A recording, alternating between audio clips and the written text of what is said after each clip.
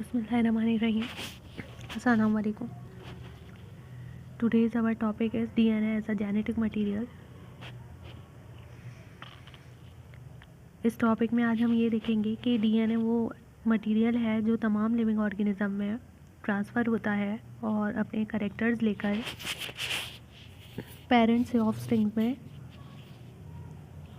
Characters को control करने का काम करता है। ये जो टॉपिक है इस बेसिकली ग्रिफिथ का एक्सपेरिमेंट इसमें स्टडी किया जाएगा और ग्रिफिथ का एक्सपेरिमेंट जब हम इसमें स्टडी करेंगे तो फिर हम उसके ज़रिए कंक्लूड कर सकेंगे कि डीएनए जो है वो जेनेटिक मटेरियल है, ना वो कोई प्रोटीन है, ना वो कार्बोहाइड्रेट और ना कोई दूसरे एंजाइम्स। तो लेट्स स्टार्ट टुडेज़ टॉपिक। सबसे पहले हमें ये देखना पड़ेगा कि व्हाट इज़ जीन।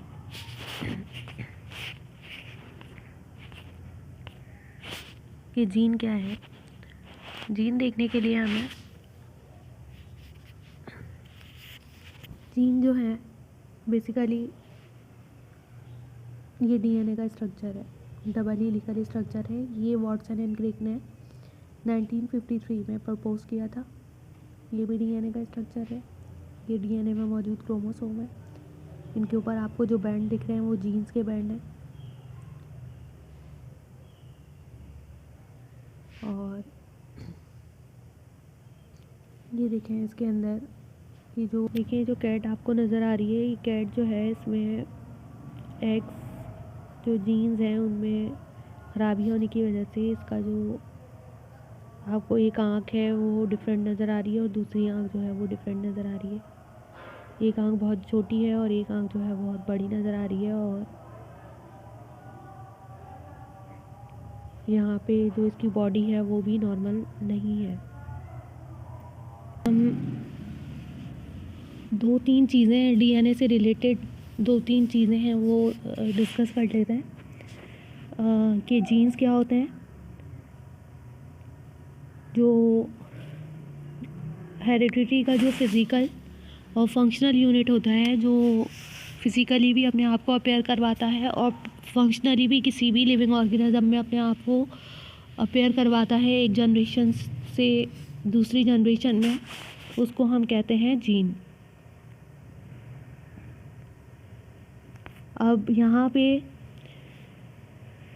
जीन में क्या होता है, जीन में डीएनए की सीक्वेंस मौजूद होती है जो किसी भी आरएनए मॉलिक्यूल का फंक्शनल पार्ट होती है। DNA sequence necessary for the synthesis of a functional protein और आरएनए मॉलिक्यूल। ये जो डीएनए सिंथेसिस होती है, जो डीएनए के न्यूक्लियोटाइड्स होते हैं, ये न्यूक्लियोटाइड्स आरएनए मॉलिक्यूल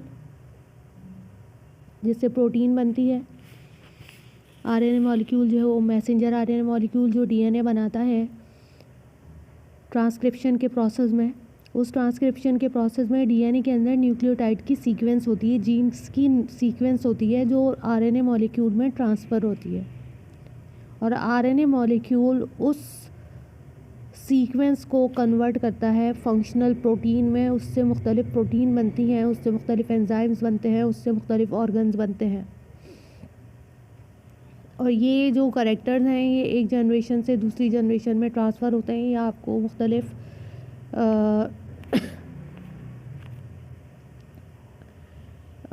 बेबीज़ नज़र आ रहे हैं। जो सारे बेबीज़ जो हैं वो एक दूसरे से डिफरेंट है। कोई भी एक दूसरे से सिमिलर आपको कहीं से भी नहीं दिख रहा है। किसी की बालों का कलर डिफरेंट है, आइज़ का कलर, स्किन का कलर। सारे बच्चे, हम ये नहीं कह सकते कि सारे बच्चे एक जैसे हैं। सारे बच्चे एक दूसरे से डिफरेंट हैं क्योंकि इनके जीन्स एक दूसरे से मुख्तलिफ हैं। इनके जीन्स सेम होते तो सारे बच्चे हमें एक जैसे दिख रहे होते, लेकिन सारे बच्चे हमें एक जैसे नहीं दिख रहे हैं क्योंकि ये जीन्स जो हैं वो एक दूसरे से टोटली डिफरेंट है।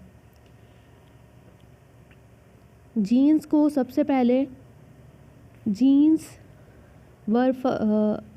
वर first detected and analysed bye Mendel and subsequently by many other scientists. Mendel stated that physical traits are inherited as particles. सबसे पहले मेंडल ने जीन्स को डिस्कवर किया था, डिटेक्ट किया था, एनालाइज किया था। और उसने कैसे एनालाइज किया था कि जो भी फिज़िकल ट्रेट्स हैं, स्किन का कलर है, आँखों का कलर है, आइज़ का कलर है, वो इनहेरिटेड होता है पार्टिकल्स के ज़रिए, और उन पार्टिकल्स को उसने जीन का नाम दिया था। और मेंडल नहीं जानता था कि जो पार्टिकल्स हैं वो एक्चुअली क्या हैं, क्रोमोसोम और डीएनए हैं। मेंडल को कतई तौर पे इस चीज़ का अंदाज़ा नहीं था कि जिन पार्टिकल्स की बात मैं कर रहा हूँ वो पार्टिकल्स दरअसल पेरेंट्स से ऑफस्प्रिंग्स में ट्रांसफ़र होने वाले क्रोमोसोम और डीएनए हैं। Subsequent studies showed that correlation between transmission of genes from one generation to another generation, segregation and dependent assortment, and the behavior of chromosome during sexual reproduction, specifically the reduction, division of meiosis and fertilization. इन जीन्स को कैसे आगे studied किया गया, Mendel's के law, जब different law of segregation, जिसमें जीन्स एक दूसरे से अलग अलग हो जाते हैं, एक साथ नहीं रहते। इसके अलावा इंडिपेंडेंट असॉर्टमेंट, जब उन्हें अलग अलग होने का मौका मिलता है तो वो अलग अलग कम्बिनेशन के साथ निकल के सामने आते हैं। और जो क्रोमोसोम का बिहेवियर देखा गया मियोसिस के दौरान, सेक्सुअल रिप्रोडक्शन के दौरान, सेक्सुअल रिप्रोडक्शन में मियोसिस होती है, तो मियोसिस के दौरान जब वो एक दूसरे से क्रॉसिंग ओवर कर रहे हैं, जब वो लेप्टोटीन, जाइगोटीन, पैकिटीन, डिप्लोटीन, डायकाइनेसिस में जीन्स का एक्सचेंज हो रहा है, कियास्मेटा फॉर्मेशन हो रही है, तो उस सारे जो प्रोसेस देखा गया तो उससे हमें जीन्स का किरदार बहुत अच्छे से सारे साइंटिस्ट ने देखा। और ये देखा कि क्रोमोसोम नंबर हाफ हो जाते हैं जब गैमीट्स बन रहे होते हैं, तो क्रोमोसोम नंबर हाफ हो जाते हैं। और ये हाफ क्रोमोसोम नंबर वो सारे जीन्स कैरी करके आते हैं जो किसी भी इंडिविजुअल के सर्वाइवल के लिए ज़रूरी होते हैं। These and related experiments provided a strong early evidence that genes are actually located on chromosome. ये सारे जो मेंडल्स ने प्रैक्टिकल परफॉर्म किए, law of independent assortment, law of segregation, meiosis, reduction, division, इन सब पे जब प्रैक्टिकल किया गया, जब इन पे एक्सपेरिमेंट किए गए, तो इन्होंने ये इस चीज़ का स्ट्रांगली एविडेंस दिया कि जीन्स कहाँ पे मौजूद होते हैं। जीन्स मौजूद होते हैं क्रोमोसोम पर, जीन्स मौजूद होते हैं क्रोमोसोम पर।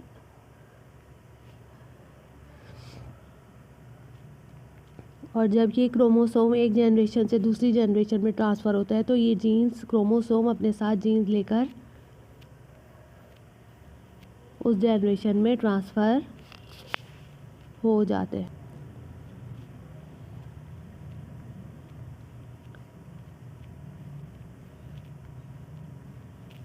रिडक्शन, डिवीजन होगी।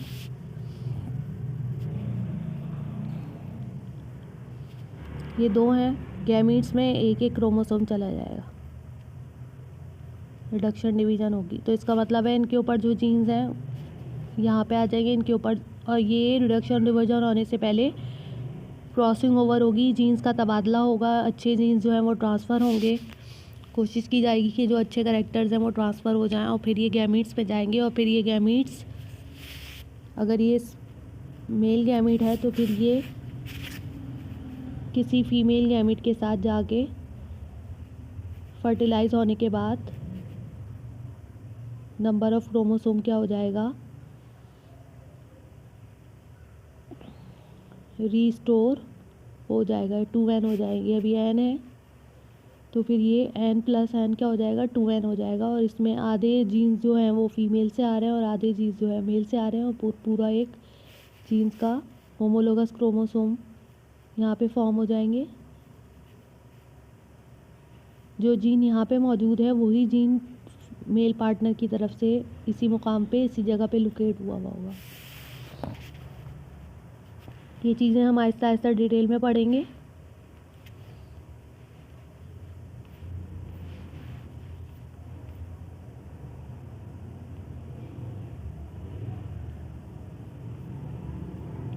अब सबसे पहले हम ये देखते हैं कि chromosomes are composed of 2 types. Chromosome जो है वो chromosome are composed of 2 types of large organic molecule, macromolecules called protein and nucleic acid. सबसे पहले हमें ये देखना ज़रूरी है कि क्रोमोसोम 2 लार्ज ऑर्गेनिक मॉलिक्यूल से मिलके बनता है। ऑर्गेनिक मॉलिक्यूल्स जिसमें कार्बन और हाइड्रोजन कंबाइन हुए होते हैं। क्रोमोसोम उन 2 लार्ज ऑर्गेनिक मॉलिक्यूल्स जिन्हें मैक्रोमॉलिक्यूल्स बड़े मॉलिक्यूल्स कहा जाता है, जिसमें एक प्रोटीन है और एक न्यूक्लिक एसिड है। DNA plus histone protein collectively called chromosome.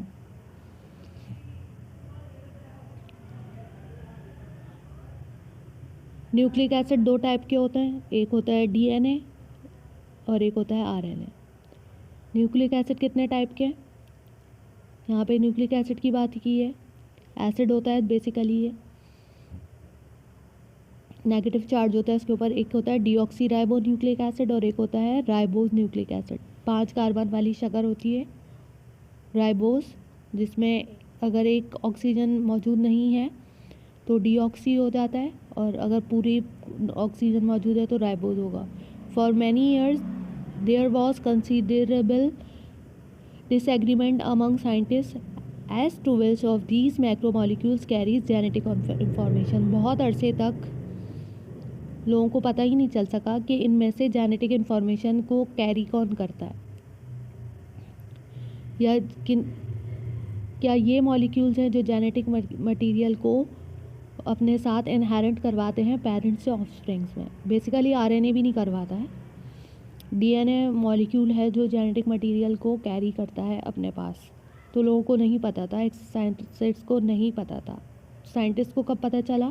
During the 1940 and early 1950s several elegant experiments were carried out that clearly shows that nucleic acid is a genetic material rather than proteins। पहले ही ये misconceptions थी कि जो genetic material है वो protein है, वो RNA है, कार्बोहाइड्रेट हो सकते हैं। लेकिन बहुत सारे एक्सपेरिमेंट परफॉर्म किए गए, जिनमें से एक एक्सपेरिमेंट हम आगे पढ़ेंगे अभी, इसी टॉपिक से रिलेटेड है, जिसमें ये कंफर्म किया गया कि जो डीएनए है वो जेनेटिक मटेरियल है।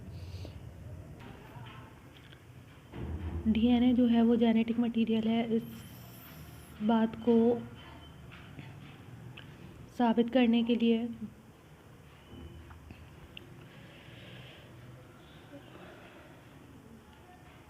एविडेंस जो दिए गए वो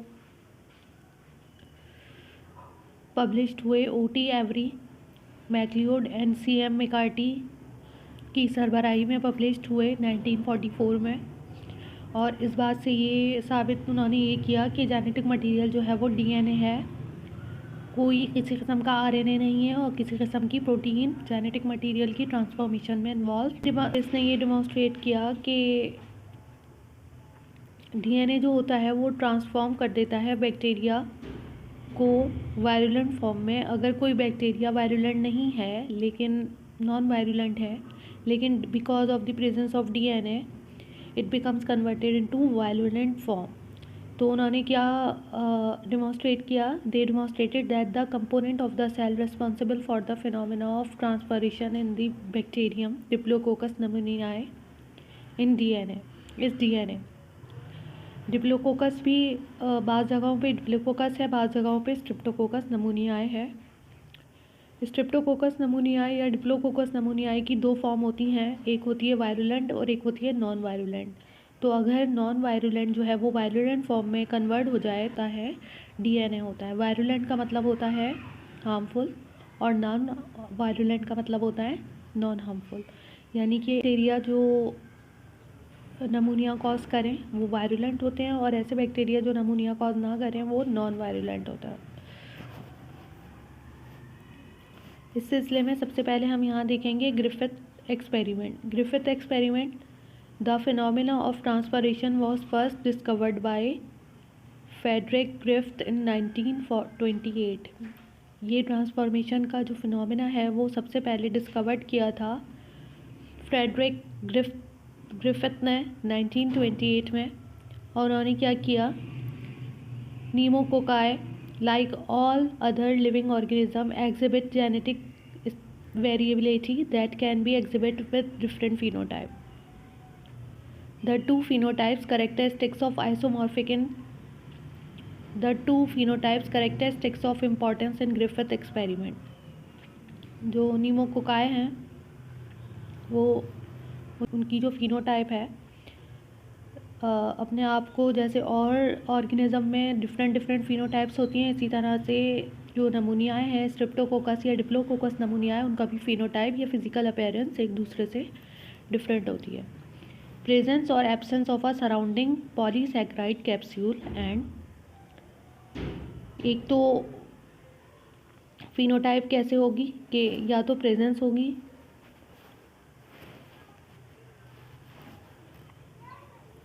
ये बैक्टीरिया है तो इसके सराउंडिंग में कैप्सूल मौजूद होगा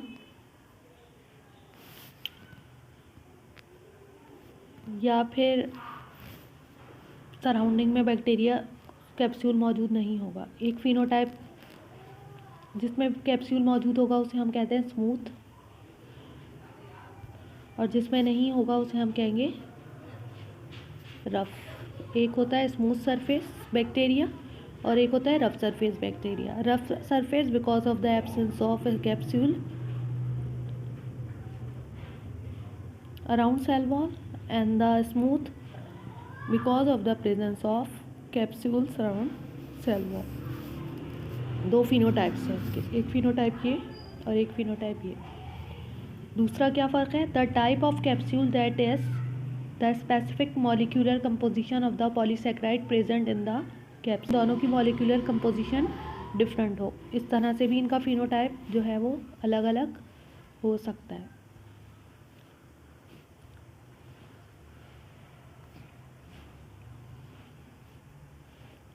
दूसरा कैसे हो सकता है, दूसरी तरीके से देख लेते हैं.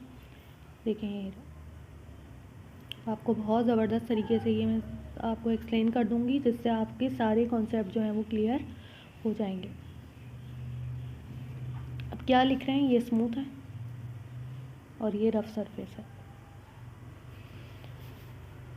When grown in appropriate media in petri dishes, pneumococci with capsule form large smooth colonies and thus designated as S-type.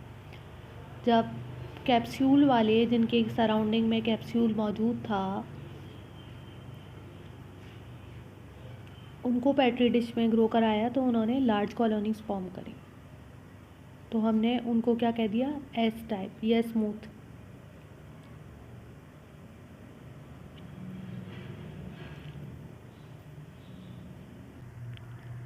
Type rough और अपीयरेंस रफ.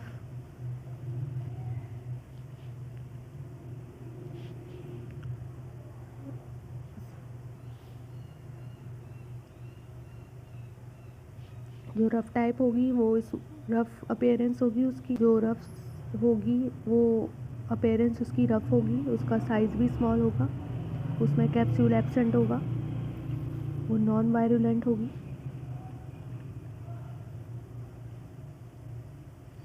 जो स्मूथ होगी एस टाइप होगी, वो स्मूथ अपीयरेंस होगी, लार्ज कॉलोनीज होंगी, capsule present होगा, virulent होंगी.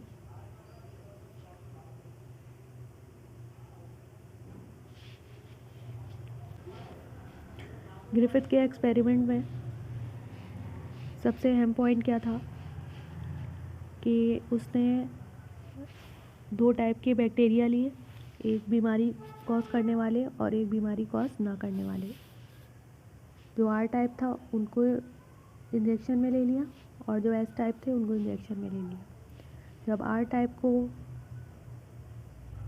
Inject किया चूहे में तो आर टाइप आपको पहले ही पता है नमूनिया कॉज नहीं करता, तो चूहा जो है वो या माउस जो है वो अलाइव है, उसकी डेथ नहीं हुई. जब एस टाइप को उसने माउस के अंदर इंजेक्ट किया तो माउस की डेथ हो गई. फिर उसने क्या किया,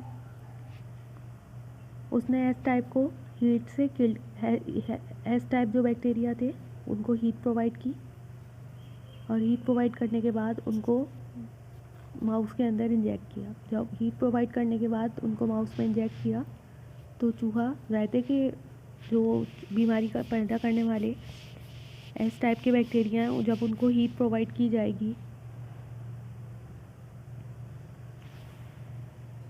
जब उनको हीट प्रोवाइड की जाएगी तो उनकी डेथ वो। और फिर आर टाइप को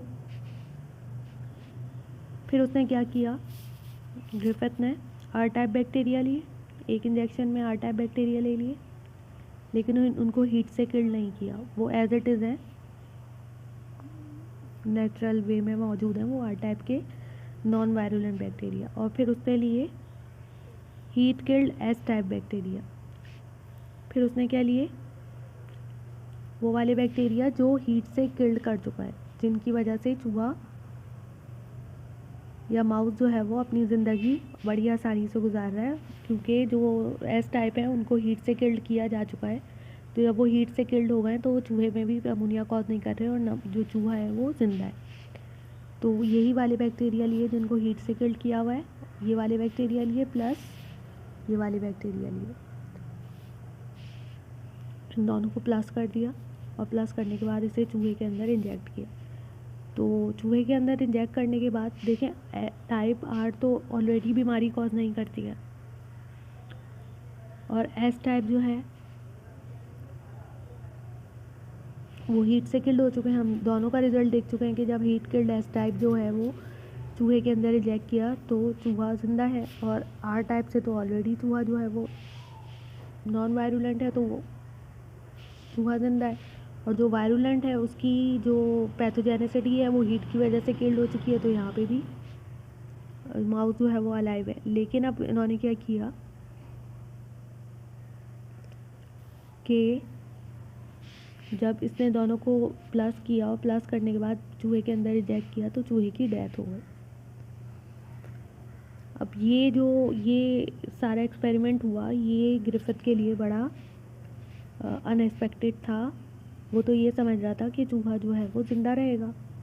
तो ऐसा क्या हुआ, क्या उसने फिर ये अज्यूम किया कि हो सकता है कि जो हीट किल्ड बैक्टीरिया हैं वो चूहे के अंदर जाकर या माउस के अंदर जब वो गए हों तो वो ज़िंदा हो गए हों। लेकिन हम इस चीज़ को नहीं मानते, ये कोई डेड चीज़ है, वो दोबारा से अलाइव हो जाएगी। तो फिर उसका जो 1928 में वो एक्सपेरिमेंट है वो यही अज्यूम करता रहा, लेकिन उसे किसी चीज़ का जवाब नहीं मिला कि ऐसा क्या हुआ कि जो डेड है या तो वो अलाइव हो गए बैक्टीरिया, या फिर ये जो नॉन वायरुलेंट फॉर्म है ये वायरुलेंट में कन्वर्ट हो गई। ये भी अज्यूम किया जाने लगा, लेकिन उससे जब तक ये पता नहीं था कि ये नॉन वायरुलेंट जो वायरुलेंट में कन्वर्ट हुई भी है तो ये किस सब्सटेंस की वजह से हुई है, ये वो बात नहीं जानता था।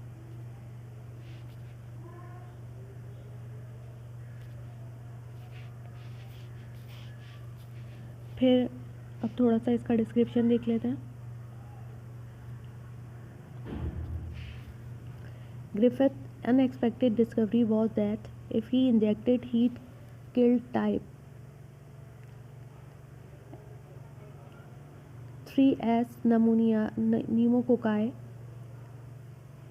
virulent when alive plus life, Griffith's unexpected discovery was first that if he injected heat killed type 3S pneumoniae virulent when alive, जब वो ज़िंदा होते हैं, जब वो अलाइव होते हैं, लेकिन उसने अब उसे हीट से किल्ड कर चुका है, plus life are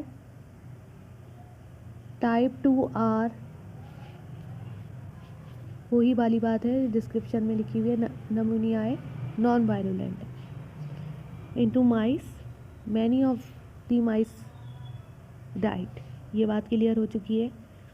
but when mice were injected with heat killed type 3S pneumococci alone, none of the mice died। वो ये कह रहा है कि जब उसने अलग से हीट किल्ड एस टाइप को इंजेक्ट किया था तो कोई भी जो है वो माइस नहीं मरा था, लेकिन जब उसने 3S नमूनियाए के अंदर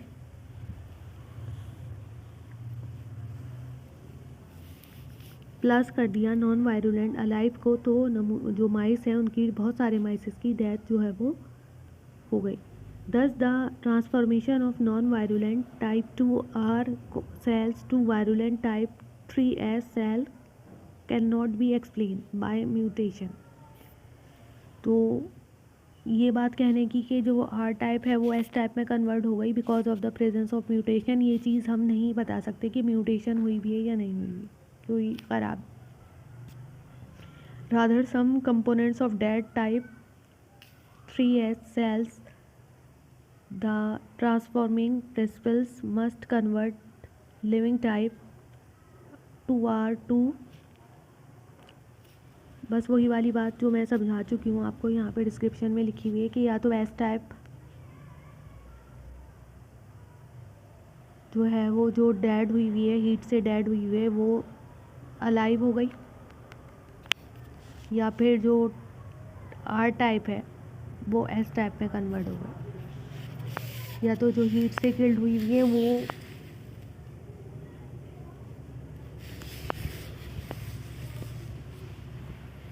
जो हीट किल्ड है एस टाइप है,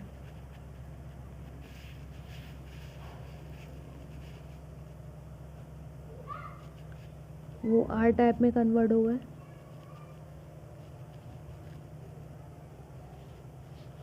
हीट किल्ड एस टाइप, या तो वो क्या हो गए, अलाइव हो गए, अलाइव हो गए, जिंदा हो गए। ऐसा लेकिन पॉसिबल नहीं है, ये सब गलत में थे।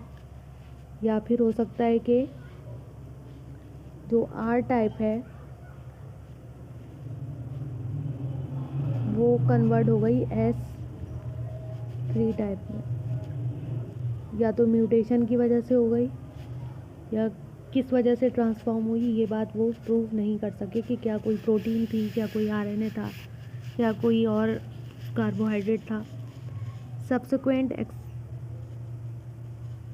Showed that the phenomena describe by Griffith not called transformation. अब इस चीज़ को उन्होंने क्या कहा है कि जो ये एक्सपेरिमेंट था, अब इसको कहा जाता है ट्रांसफॉर्मिंग प्रिंसिपल, या ट्रांसफॉर्मेशन हो गई R2 टाइप की नॉन वायरुलेंट टाइप की वायरुलेंट टाइप में, ट्रांसफॉर्म हो गया वो, उसने अपने आप को चेंज कर। Proof that the transforming principle is DNA।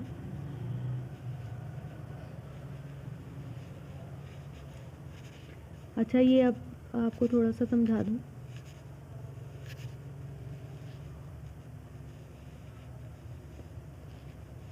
यहाँ अभी पीछे से ही हम ये समझ लेते हैं।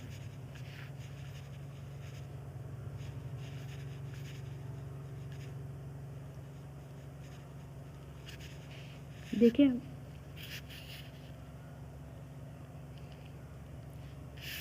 यहाँ पे है आर टाइप, इसके ऊपर कैप्सूल मौजूद नहीं है, और यहाँ पे है एस टाइप, इसके ऊपर कैप्सूल मौजूद है।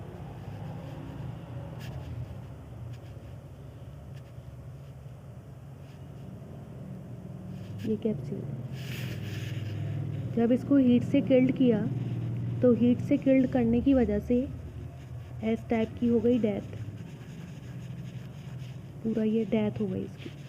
डेथ होने के बाद में से इस बैक्टीरिया में से कुछ इस तरह का सब्सटेंस बाहर आ गया, इस सब्सटेंस को हम कहते हैं DNA।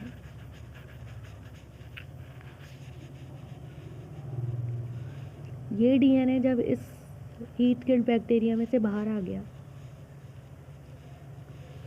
तो यहाँ पे इसे आर टाइप मिली, साथ ही एक ही टेस्ट ट्यूब में है ना, तो आर टाइप साथ में अलाइव मौजूद थी।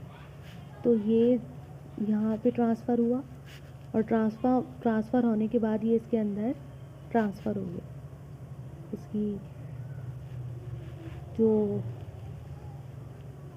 सेल वॉल और सेल मेम्ब्रेन के ज़रिए ये अंदर जाके इसने जो इसका DNA था, ये इसका DNA है, इसको ट्रांसफॉर्म कर दिया वायरुलेंट में।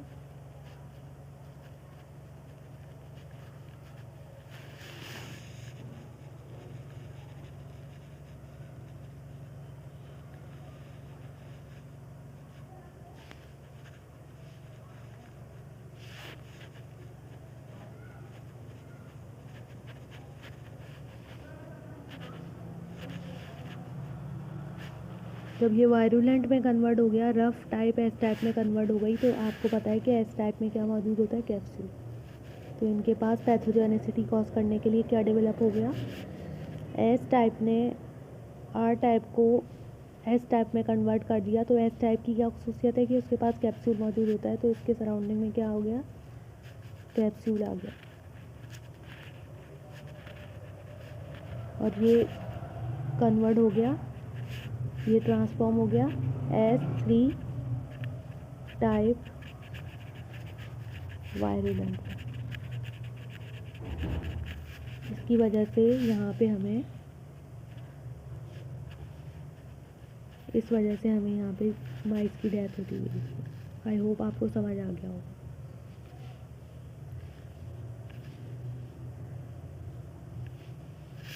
Prove that the transforming principle is DNA। अब इस चीज़ को मैंने तो आपको बता दिया है कि जो ट्रांसफॉर्मिंग एबिलिटी है वो किसके पास है, DNA के पास है। DNA ने अपने नॉन वायरुलेंट को वायरुलेंट में कन्वर्ट कर दिया, और वायरुलेंट में कन्वर्ट होने की वजह से यहाँ पे माइसिस की डेथ हुई है। अब यहाँ पे क्या है, द हार्शे-चेज एक्सपेरिमेंट। अब ग्रिफिथ ने जब तक कुछ भी नहीं बताया था कि किस वजह से हुआ, ये तो मैं आपको पहले ही एक्सप्लेन कर दिया ताकि आपको अच्छी तरह से समझ में आ जाए।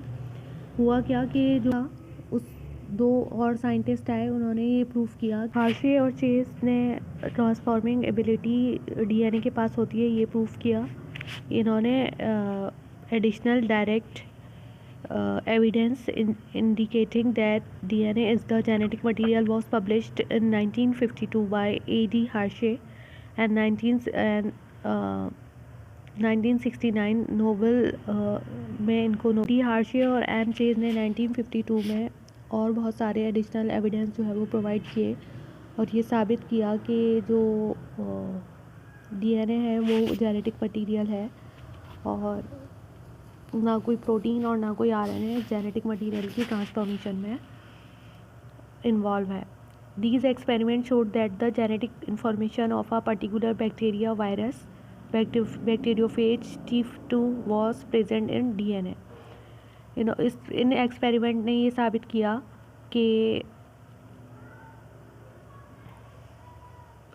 जो बैक्टीरियोफेज हमारे पास बैक्टीरियोफेज वायरस है, जो बैक्टीरिया के ऊपर अटैक करने वाला वायरस है, उसके पास जो जेनेटिक इन्फॉर्मेशन है वो DNA के अंदर मौजूद है। वो उसकी प्रोटीन में मौजूद नहीं है, ना उसके हेड में, ना टेल में, ना और दूसरे उसके पार्ट्स में। उसके जेनेटिक मटेरियल DNA में उसके पास जेनेटिक इन्फॉर्मेशन जो है वो प्रेजेंट है।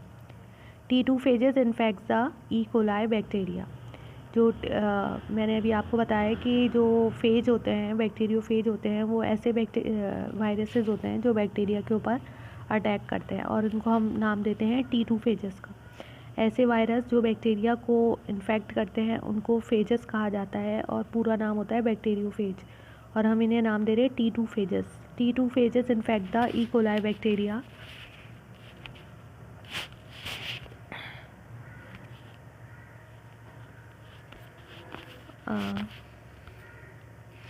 Bacteriophage T2 is composed of 50% protein and about 50% DNA। जो बैक्टीरियोफेज वायरसेस होते हैं उनकी बॉडी में 50% जो होती है वो DNA होता है, और 50% उनके पास प्रोटीन होती है।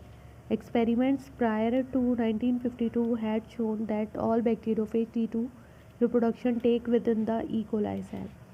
अब 1952 में जो इनर साइड पे या अंदर हो रही है। Therefore, when Harshay and Chase showed that the DNA of the virus particle entered the cell, whereas most of the protein of the virus remain absorbed to the outside cell। ये बात कर रहे हैं कि जब बैक्टीरिया वायरस जो है वो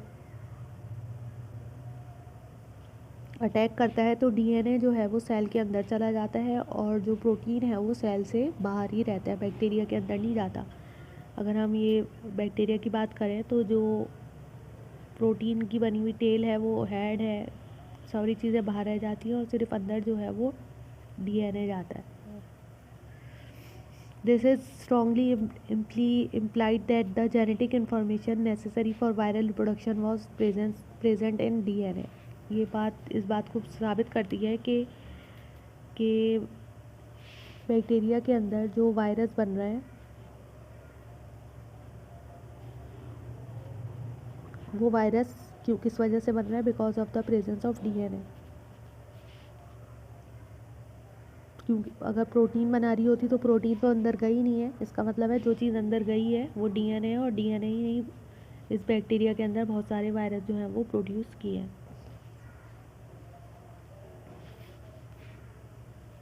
the basis of Hershey Chase experiment is that the DNA contains phosphorus but no sulphur,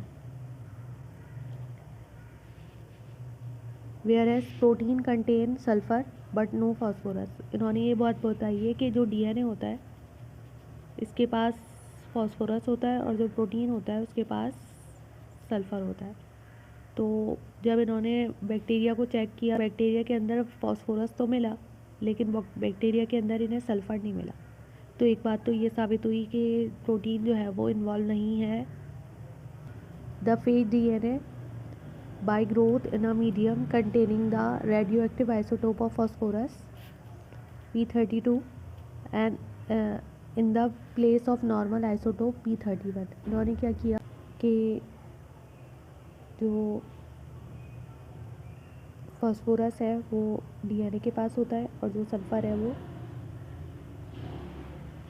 protein के पास होती है. The phage contains codes by growth in a medium containing radioactive sulfur in the place of normal S32. ऐसे phase की protein जो radio active sulphur में grow हुए हुए हैं उनके पास S35 होगा एज़ कम्पेयर टू S32. जो नॉर्मल प्रोटीन होती है वो S32 होती है, और जो रेडियो एक्टिव प्रोटीन होती है वो S35 होती है. S35 were mixed with E. coli cells for few minutes. It was then 72 phages labeled with P32. Radioactivity was found inside the cell. It was not subjected to removal by shearing in a blender. ये हमने description पढ़ा, अब हम दूसरा description देख लेते हैं. इसमें यहाँ पे हमारे पास ये एक्सपेरिमेंट है. इस एक्सपेरिमेंट में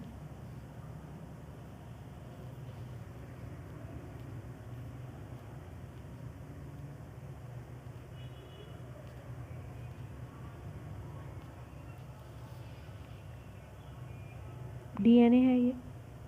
ये बैक्टीरियोफेज वायरस है, इसके पास DNA है और ये इसका प्रोटीन कोड है. ये प्रोटीन कोड है और ये इसके अंदर DNA है. ये T2 फेज है.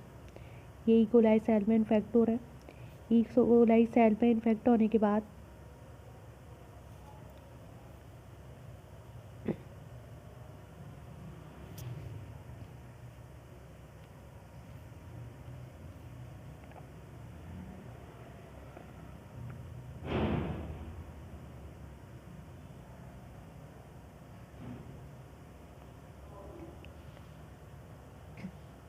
ये E. coli जो है इसके अंदर जब ये इन्फेक्ट हुए मौजूद है S35 प्रोटीन मौजूद है. ये ऐसे मीडियम में ग्रो हुए जिसके पास S35 मौजूद है. जब इसके पास S35 मौजूद है तो S35 में ग्रो होने के बाद जब इसको ये E. coli के अंदर इन्फेक्ट किए तो सारा S35 हमें बाहर मिला. हमें कोई भी S35 अंदर नहीं मिला. S35 अंदर नहीं मिला. हमें क्यों अंदर नहीं मिला? क्योंकि जो प्रोटीन है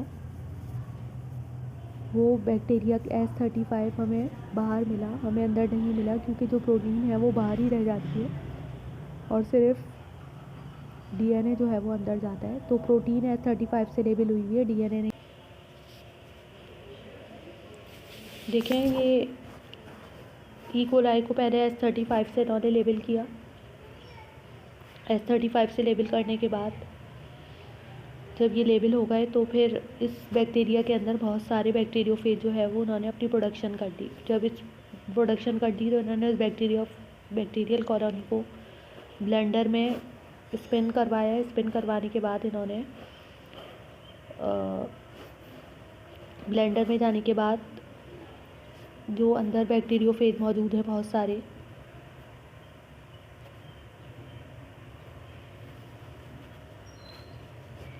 उनको इन्होंने ब्लेंडर में घुमाया। ब्लेंडर में घुमाने के बाद ये बैक्टीरिया इसमें से अलग हो गए, बाहर हो गए, और बाहर होने के बाद इनके कोड डीएनए था वो भी इस टेस्ट ट्यूब में आ गया।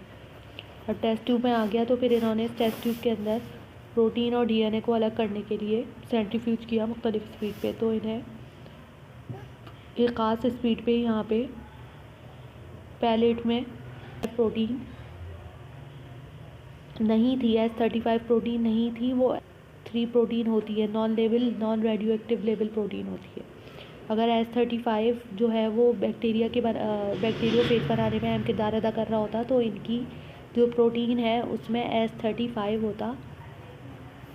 अगर S35 जो है वो बैक्टीरियोफेज को रेप्लिकेट करवा रहा होता, लेकिन रेप्लिकेट P32 ने करवाया है, डीएनए ने करवाया है। तो यहाँ पे S33 ही बनेगा क्योंकि डीएनए के अंदर इंफॉर्मेशन S33 की है, S35 की नहीं है। फिर इसके बाद जब ये वाली चीज़ आपने समझ ली तो यहाँ पे अब दूसरा एक्सपेरिमेंट इन्होंने क्या किया, ये प्रोटीन कोट है, इसके अंदर डीएनए मौजूद है, इसे इकोलाई से इन्फेक्ट करवाया। मीडियम में क्या चीज़ डाल दी, P32। जिस भी मीडियम में बैक्टीरिया मौजूद है उसके रेडियो एक्टिव फास्फोरस डालें। जिस भी मीडियम में ग्रो कर रहे हैं तो ये जो रेडियो एक्टिव फास्फोरस है ये इसके अंदर प्रोटीन जो है वो ऊपर मिली और डीएनए जो है वो नीचे मिला। जब इन्होंने डीएनए को देखा तो डीएनए किससे लेबल हुआ था, P32 से डीएनए जो है वो लेबल मिला। इसका मतलब क्या है कि इन्होंने स्पिन करवाया तो P32 जो है वो इन्हें बैक्टीरिया के अंदर, जब इन्होंने बैक्टीरिया के सेल्स को देखा, इन्होंने पूरा इस बैक्टीरिया की कॉलोनी को जो इन्फेक्ट हुई हुई थी इसको ब्लेंडर में घुमाया। ब्लेंडर में घुमाने के बाद इन्होंने इसे स्पिन करवाया। जब इन्होंने इसे स्पिन करवाया तो जब इन्होंने इन्होंने क्या देखा कि जो बैक्टीरिया के अंदर से जेनेटिक मटेरियल मिला वो P32 वाला मिला।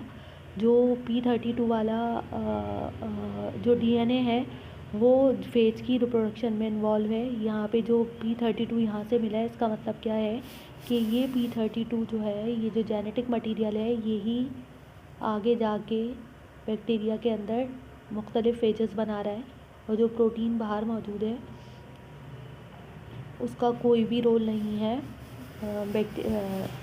फेज की रेप्लिकेशन में। तो इससे हमने ये बात समझी। ये बात समझने के बाद हमने What was their conclusion regarding the source of genetic material in phage? S35 protein, SP32 DNA. Cells को इन्फेक्ट किया, इससे भी चला गया। फिर इसे break apart cells and phage. Cells और फेज को इन्होंने ये जो यहाँ पे इनको ये दिख रहा है, इसको इन्होंने ब्रेक अपार्ट कर लिया। तो ये जो घोस्ट है ये बाहर ही चला गया और ये जो डीएनए है ये अंदर ही मौजूद है। सेपरेटेड बाय सेंट्रीफ्यूगेशन से जब इन्होंने सेपरेट किया तो इन्होंने क्या देखा कि जो फेज की बॉडी है यहाँ पे भी P32 वाला है, और ये जो S35 प्रोटीन है, S35 प्रोटीन जो है वो यहाँ पे कहीं पे भी मौजूद नहीं है क्योंकि S35 प्रोटीन बाहर ही मौजूद है। और S35 प्रोटीन कहीं पे भी मौजूद नहीं है, बल्कि जो डीएनए है उसने नॉर्मल प्रोटीन बनाई है, उसने वो वाली प्रोटीन S35 प्रोटीन बना के नहीं दी है। तो ये जो था आज का एक्सपेरिमेंट था, जिसमें इसके अलावा हार्शे और चेस का ये एक्सपेरिमेंट था। इसके अलावा एवरी मैक्लीवुड और मेकार्टी का भी एक, एक्सपेरिमेंट था जिसमें उन्होंने एक एंजाइम ऐड किया, आरएनएज जब इन्होंने ऐड किया तो चूहे जो हैं वो उनकी डेथ ही हुई रही, उनके ऊपर कोई भी असर नहीं पड़ा। जब उन्होंने उन्होंने कहा प्रोटीन है, तो उन्होंने प्रोटीएज एंजाइम शामिल किया तो प्रोटीन ख़त्म हो गया, लेकिन फिर भी चूहे जो है वो डेथ की तरफ चले गए। लेकिन उन्होंने जब डीऑक्सीराइबो न्यूक्लियेज ऐड किया तो डीएनए जो है वो ब्रेक ओपन हो गया, और जब डीएनए ब्रेक ओपन हो गया तो चूहों की डेथ नहीं हुई, चूहे जो है वो ज़िंदा ही रहे। तो इससे क्या साबित हुआ गया कि ना आरएनए ना प्रोटीन रेप्लिकेशन प्रॉपर्टी रखता है, जेनेटिक इन्फॉर्मेशन में इन्वॉल्व है, सिर्फ डीएनए जो है वो जेनेटिक इन्फॉर्मेशन में इन्वॉल्व है। तो आज का ये हमारा टॉपिक था। आई होप आपको अच्छी तरह से समझ आ गया होगा।